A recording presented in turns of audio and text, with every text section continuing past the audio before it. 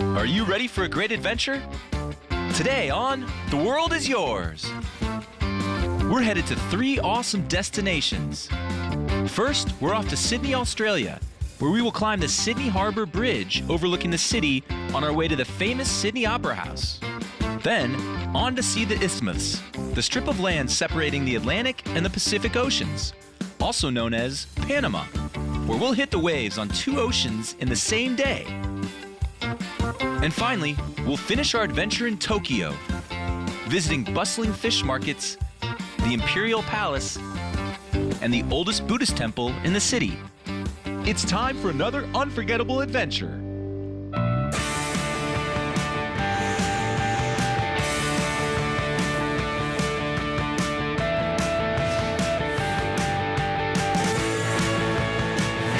The world is waiting, and the world is yours.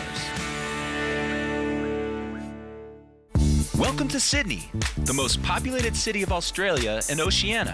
Over 5 million people call Sydney home. Sydney was founded in 1788 by Admiral Arthur Phillip. It was originally founded as a prison colony when Admiral Phillip landed here with the first British fleet and 850 convicts. Today, it's the oldest city in the country and the capital of the state of New South Wales. However, it isn't the capital of Australia as many believe, despite its reputation. The city of Canberra holds that honor. Sydney ranks as one of the 15 most visited cities in the world, and there are many reasons why. First, Sydney has lots of beaches, nearly 70, the most famous of which is Bondi Beach. It surrounds the magnificent 4.5 square mile natural harbor, which is the largest in the world. Sydney has many other natural attractions, such as beautiful public gardens, bay islands, and pristine coasts. Sydney welcomes millions of tourists every year to enjoy such attractions as the Botanical Garden, the City Port, the Royal National Park, the Opera House, and many others. Architecturally, Sydney mixes the modern with the traditional. The wonderful Sydney Opera House, declared a UNESCO World Heritage Site in 2007, looks like a giant origami boat floating quietly on waters of Sydney Harbour. There's no other building like it, and it's one of the emblems of this great city. Surrounded by water, the Harbour District of Darling Harbour offers exciting activities, including a chance to immerse yourself in this underwater world thanks to sea life, home to 700 species of aquatic animals and plants. To enjoy the design and architecture of this beautiful city, there is an impressive panoramic view from the top of the Tower Eye, or the Eye, of the Tower of Sydney, which offers a 360-degree view way up at a height of 820 feet. You can really get a good view of Sydney in all its splendor. The Port of Sydney is considered one of the most beautiful natural harbors in the world, and with over 150 miles of coastline and winding waterways, there's plenty to explore and discover. Sydney Harbour is a water recreation area for residents and visitors. On warm, sunny days, the harbour displays a vibrant blue color and is filled with hundreds of sailboats, cruisers, and ferries.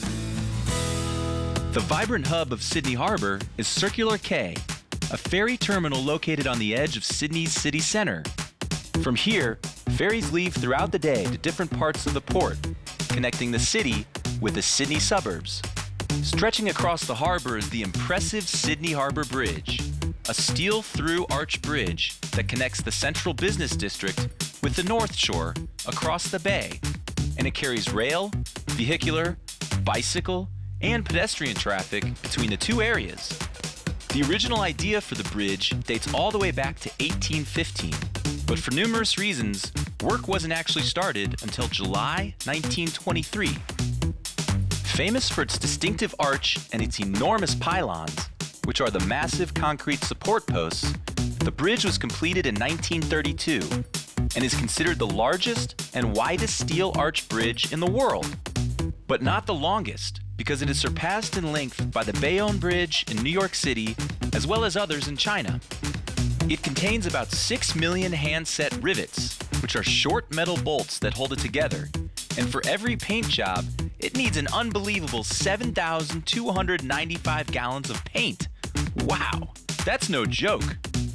On each end of the arch of the Sydney Harbour Bridge, there are 4 enormous concrete pylons covered with a granite facing. Although from the bridge itself you can have spectacular views of the bay and the Opera House, it's possible to climb each of these structures to platforms, which are over 220 feet high.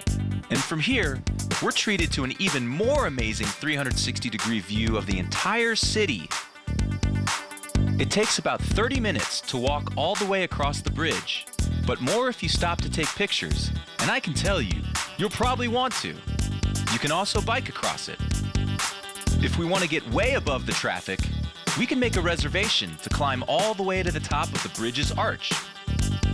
This climb, known as Bridge Climb, takes 3.5 hours, ascending over 1,000 steps to the top, where we can walk along the outer arch of the bridge on the side that faces the Sydney Opera House. It's an experience you won't forget. Sydney is one of the most multicultural cities in the world. More than 250 languages are spoken here, and it's the main destination for immigrants in Australia. It is considered one of the top 10 cities with the best quality of life in the world. We'll be back to visit our next destination, but first, let's test your world knowledge. Which country has more kinds of birds than the United States and Canada combined? A. Colombia. B. Panama.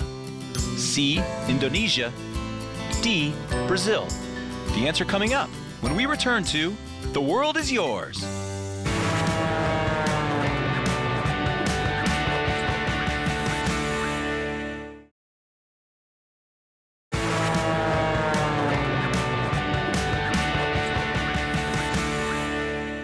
We're back. Let's find out the answer to our question. Which country has more kinds of birds than the United States and Canada combined? A. Colombia. B. Panama. C. Indonesia.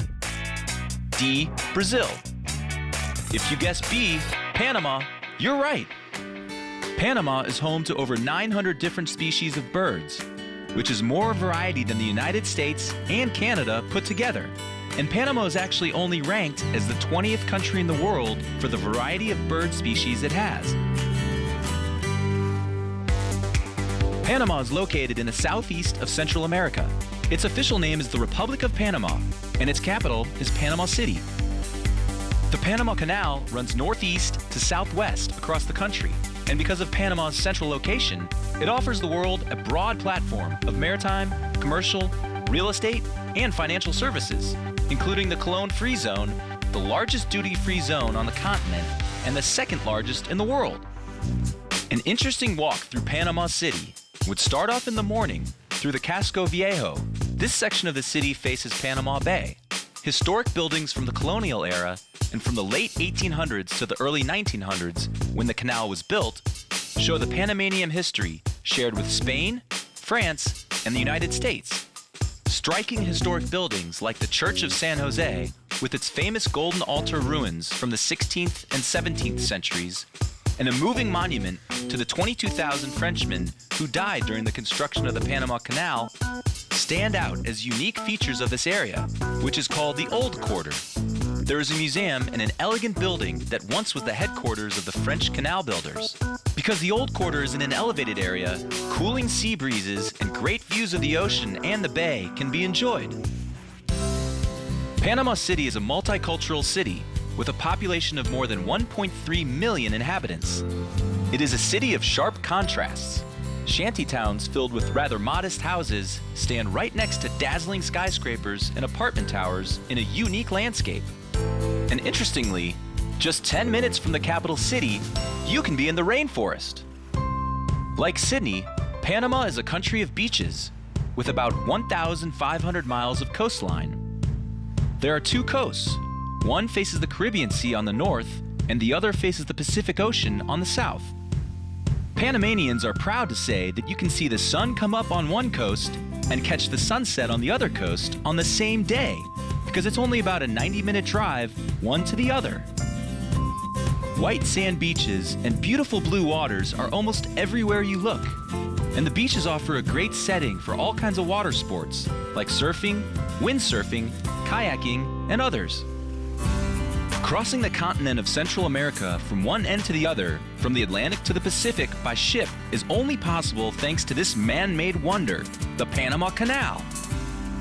A work of engineering that allows travel between the coasts of the Atlantic and the Pacific Oceans, the Panama Canal has significantly influenced world trade for more than 100 years. And now, with the recent inauguration of the expanded canal, it offers even greater capacity for ships to transport goods and merchandise. This inter-ocean canal is located on the narrowest point of the narrowest passage connecting the Caribbean Sea, the Atlantic side, and the Pacific Ocean. It was formally inaugurated on August 15, 1914, with the first voyage by the cargo ship SS Ancon. Since its construction, it has provided a shorter, safer, and less expensive route between the east and west. Previously, ships had to travel all the way around the Cape Horn in southern Argentina or through the Magellan Straits in Chile. These trips were long and dangerous for the ships and the sailors themselves. The Panama Canal changed that. The Panama Canal is almost 50 miles long, stretching from the Atlantic to the Pacific. Though we might assume it goes from east to west, it really runs from the northwest to the southwest. Its entrance to the Atlantic is about 31 miles to the north from a bird's eye view. This canal is without a doubt an incredible work of engineering. Despite its apparent complexity, the operation of the canal is simple thanks to the inventiveness and engineering expertise of its creators. Water is used to raise and lower the boats in each set of locks that form a series of giant pools.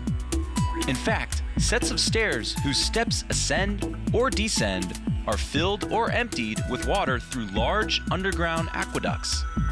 This is achieved simply by gravity flow from Gatun Lake. When ships are in transit through the original Panama Canal, which typically takes about 9 hours, they are towed from one chamber to another in each set of locks by electric locomotives or mules, while the new and wider canal uses special tugboats. Let's see what it's like for ourselves. The journey begins in the port of Cristobal through a stretch of more than 6.2 miles in length over Limon Bay. Here, our boat rises up to 87 feet through the 3 chambers of Gatun locks. At Gatun Lake, we sail almost 24 miles from the locks to the northern end of the Corte Gallard, or Culebra. This is one of the largest artificial water reservoirs in the world. It covers an area of almost 165 square miles.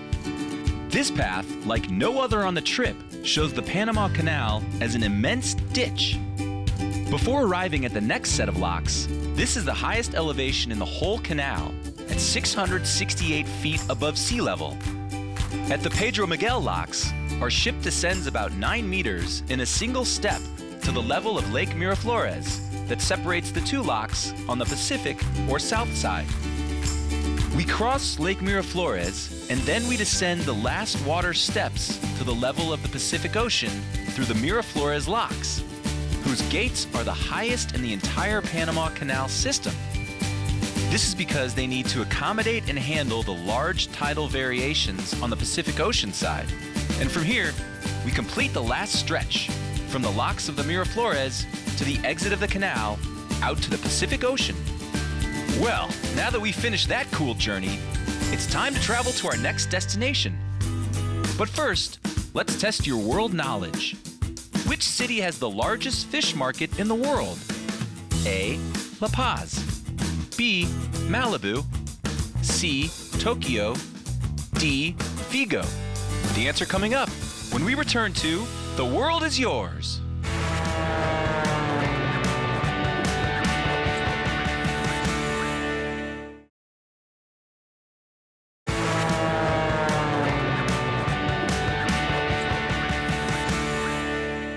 We're back.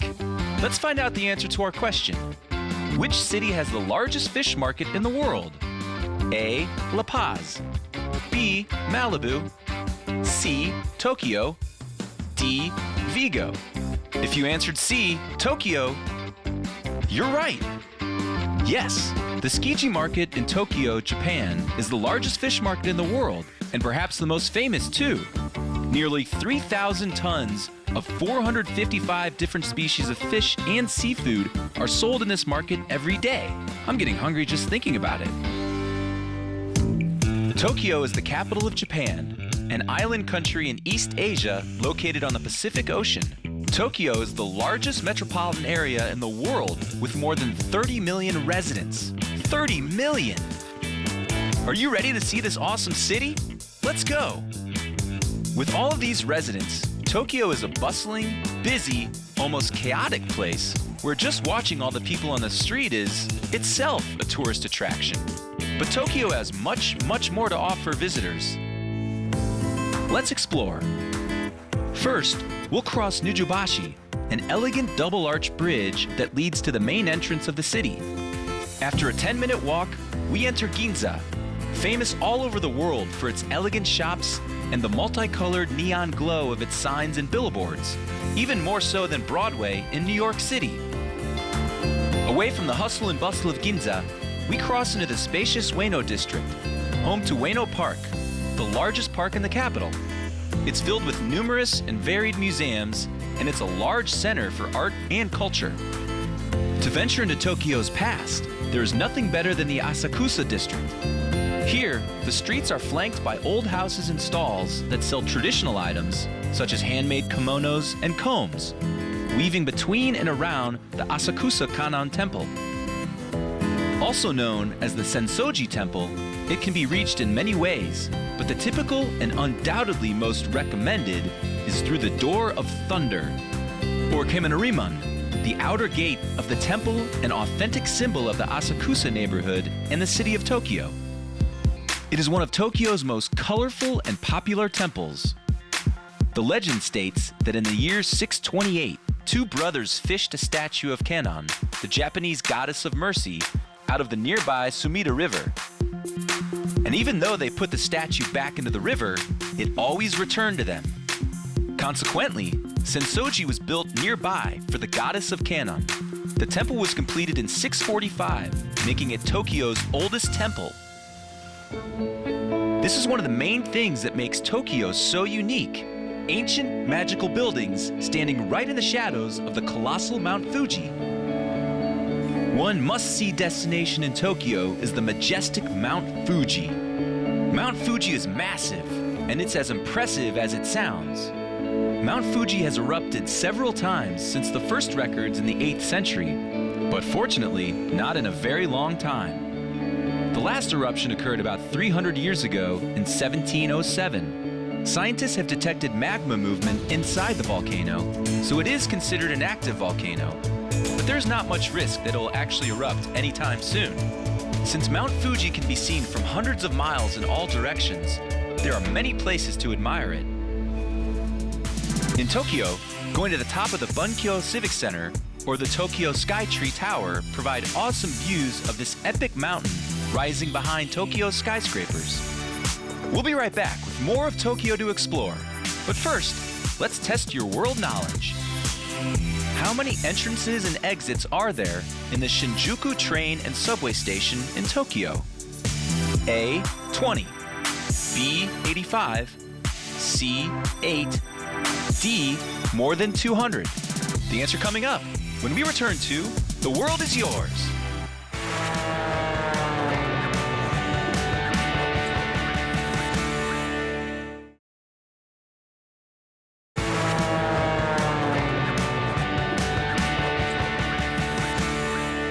We're back. Let's find out the answer to our question. How many entrances and exits are there in the Shinjuku train and subway station in Tokyo?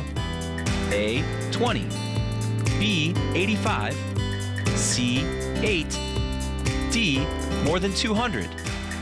If you answered D, more than 200, you're right. The Shinjuku train and subway station in Tokyo has more than 200 entrances and exits. It also has more than 37 train platforms. Wow! All are in one station? It's true. This station serves as the main hub for all rail traffic between central Tokyo and its western suburbs. It's the busiest transportation hub in the world and is even recognized as such by the Guinness Book of World Records. The Imperial Palace in Tokyo is very close to the Shinjuku station, and is the official residence of the Japanese imperial family. It was established in 1868 and is located on the grounds of an ancient castle. Much of it is not open to the public, except for the oriental gardens of the Imperial Palace, or Kokyo Higashigyon. Although the palace was largely destroyed by the bombings of World War II, it was rebuilt in 1968, including traditional architectural and stylistic elements to preserve some of its original features. To wrap up our tour of Tokyo, what better place to go than the Tsukiji Market? Remember, the largest fish market in the world? Here, we'll witness the world-famous tuna auction, which is an amazing experience. Travelers from all around the world come to see this auction take place each day, between 5 o'clock and 6:15 in the morning.